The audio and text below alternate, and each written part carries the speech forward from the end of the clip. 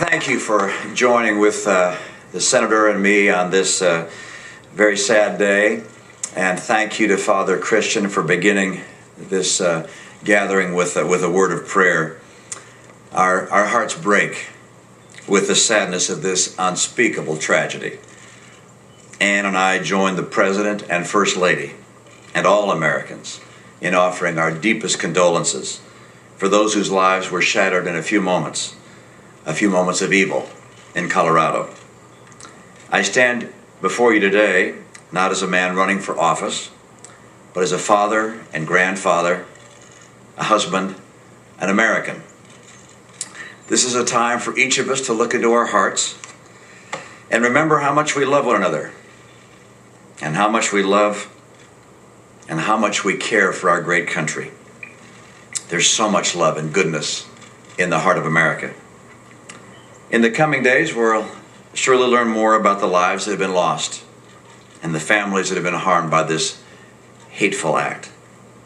We'll come to know more about the talents and the gifts that each victim possessed, and we'll come to understand the hope and the opportunity that's been lost. Our hearts break for the victims and their families. We pray that the wounded will recover and that those who are grieving will know the nearness of God. Today we feel not only a sense of grief, but perhaps also of helplessness. But there is something we can do. We can offer comfort to someone near us who is suffering or heavy laden. And we can mourn with those who mourn in Colorado. This morning, Colorado lost youthful voices which would have brightened their homes, enriched their schools, and brought joy to their families.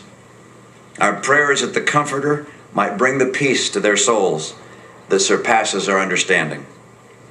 The Apostle Paul explained, "Blessed be God, who comforteth us in all our tribulations, that we may be able to comfort them which are in any trouble."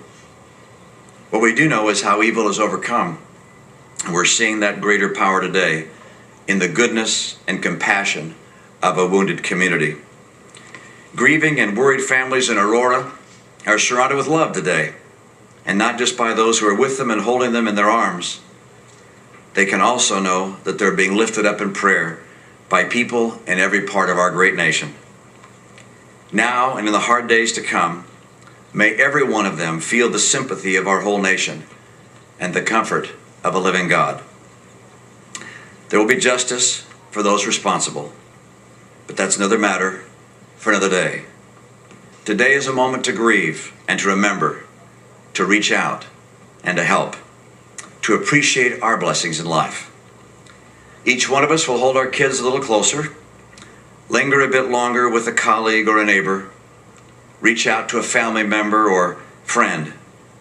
We'll all spend a little less time thinking about the worries of our day and more time wondering about how to help those who are in need of compassion most.